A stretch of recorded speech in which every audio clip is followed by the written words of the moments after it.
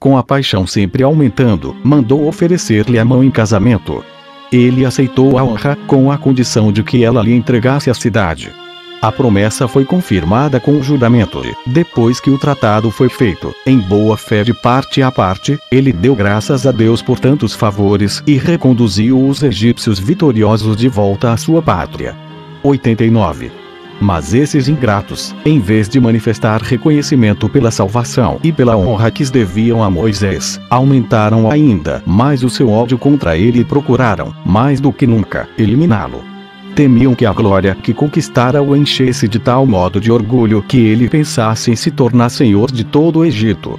Aconselharam o rei a mandá-lo matar, o qual deu ouvidos a tais palavras, porque a grande fama de Moisés já lhe causava inveja, e o monarca começava a temer que fosse também sobrepujado por ele. Nisso era ajudado pelos sacerdotes, que, para incitá-lo ainda mais, recordavam o rei continuamente do perigo em que se encontrava. E assim, Faraó consentiu na morte de Moisés, e ela seria inevitável, se este não houvesse descoberto a intenção dos egípcios e se ausentado no momento oportuno.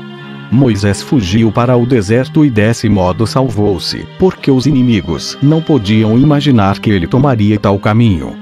Como nada encontrasse para comer, viu-se atormentado por uma fome extrema, mas a suportou com paciência e, depois de haver andado muito, chegou, pelo meio-dia, próximo da cidade de Midian, nome que lhe deu um dos filhos de Abraão e Quetura, à beira do Mar Vermelho. Estando muito cansado, sentou-se à beira de um poço, para repousar, e esse fato deu-lhe ocasião de mostrar a sua coragem, abrindo caminho para uma sorte melhor. Eis como tudo se passou. Um sacerdote chamado Reuel, ou Jetro, muito estimado entre os seus, tinha 7 filhas, que, segundo o costume das mulheres de troglodita, cuidavam dos rebanhos do pai. Ora, como a água doce é muito rara naquelas paragens, os pastores e pastoras iam solicitamente buscá-la, para dar de beber aos animais. Assim, as irmãs vieram naquele dia por primeiro ao poço, tiraram água e encheram as suas vasilhas para dar de beber aos carneiros e ovelhas. Mas alguns pastores que ali chegaram maltrataram-nas e tomaram a água que elas tinham tido o trabalho de tirar. Moisés, enraivecido por tal violência, julgou que não devia absolutamente permiti-la. Espancou os insolentes e afugentou-os, auxiliando as moças no que a justiça pedia dele.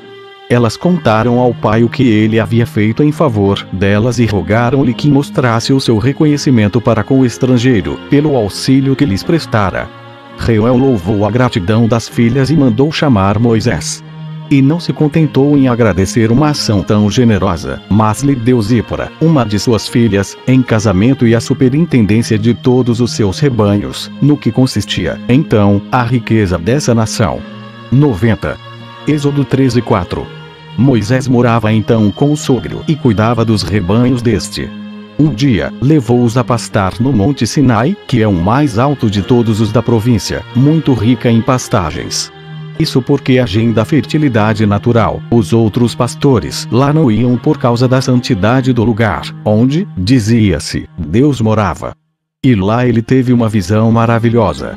Viu uma sarça ardente, de tal modo rodeada pelas chamas que parecia dever queimar-se, e no entanto nem as folhas, nem as flores e nem os ramos eram danificados.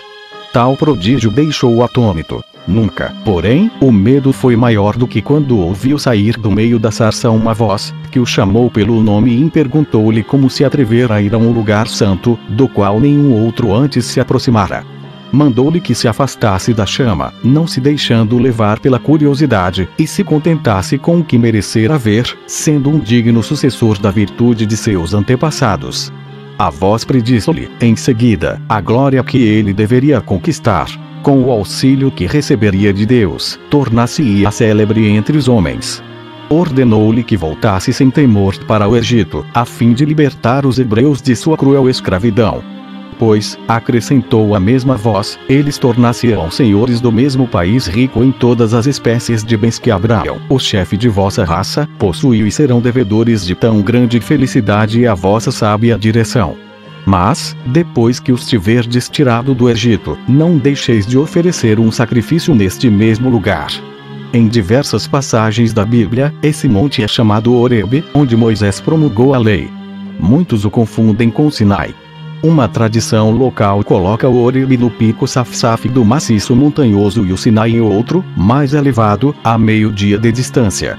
Mas alguns estudiosos sustentam, ao contrário, que Horebe é o verdadeiro nome de todo o maciço, enquanto o Sinai seria apenas uma denominação derivada do deus lunar Sim, venerado talvez nesse lugar.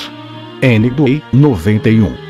Moisés, ainda mais admirado pelo que acabava de ouvir do que pelo que tinha visto, disse: Grande Deus, do qual adoro a onipotência, que tantas vezes fizestes brilhar em favor de meus antepassados, eu não poderia, sem extrema loucura, desobedecer às vossas ordens. Mas como sou um simples homem, sem autoridade, temo não poder persuadir esse povo a abandonar um país onde se estabeleceu há tão longo tempo para seguir-me aonde eu o quiser levar. E, mesmo se os convencer, como poderei obrigar o rei a permitir que se retirem, sendo que o Egito deve ao trabalho deles a felicidade que agora desfruta? Tendo Moisés assim falado, mandou Deus confiar na aliança, garantindo-lhe que não o abandonaria na direção daquele empreendimento e prometendo pôr-lhe na boca as palavras, quando tivesse necessidade de persuadir e fosse preciso revesti-las com poder, quando fosse um momento de agir. Para dar-lhe uma prova, ordenou que ele lançasse na terra a vara que trazia na mão. Moisés obedeceu, e ela no mesmo instante transformou-se numa serpente, que se pôs a rastejar, movendo a cauda e levantando a cabeça, como para se defender, ou como se a quisessem atacar.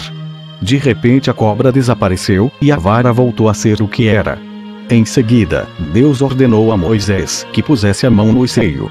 Ele o fez e retirou a branca como a cal, mas imediatamente ela também voltou ao primitivo estado. Ordenou-lhe ainda que tirasse água de um lugar ali perto. Ele o fez, e a água converteu-se em sangue.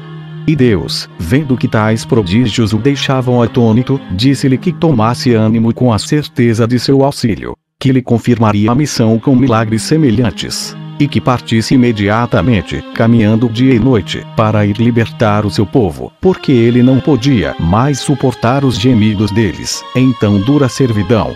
Moisés, não podendo, depois do que acabava de ver e ouvir, duvidar mais do efeito das promessas divinas, rogou a Deus que, no Egito, lhe desse o mesmo poder de fazer aqueles milagres com que o favorecia naquele momento acrescentasse a graça de ter se dignado fazê-lo ouvir a sua voz de lhe dizer o seu nome, a fim de que ele pudesse melhor invocá-lo quando lhe oferecesse um sacrifício. Deus concedeu-lhe esse favor, que jamais fizera a qualquer outro neste mundo, mas não me é permitido repetir esse nome. Esse nome é Jeová. 92. Moisés, certo do auxílio de Deus e do poder que ele lhe dava para fazer milagres todas as vezes que julgasse necessário, concebeu grande esperança de libertar os hebreus e humilhar os egípcios. Soube nesse mesmo tempo da morte de Faraó, sob cujo reinado ele fugira do Egito. E assim, rogou a Reuel, seu sogro, que lhe permitisse voltar para lá, para o bem de sua nação. E não teve dificuldade em obter o consentimento. Moisés pôs-se logo a caminho, com a sua mulher e com Gerson e Eliezer, seus filhos, dos quais o nome do primeiro significa peregrino, e o do segundo, auxílio de Deus, porque por meio daquele auxílio Deus o preservara das ciladas dos egípcios. Arão, seu irmão, veio, por ordem de Deus, encontrá-lo na fronteira do Egito, e Moisés narrou-lhe tudo o que acontecera no monte e as ordens que de Deus recebera.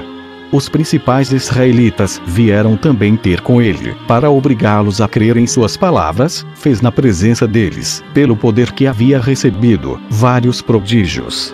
O espanto que dele se apoderou certificou-os da verdade, e começaram a esperar tudo do auxílio de Deus.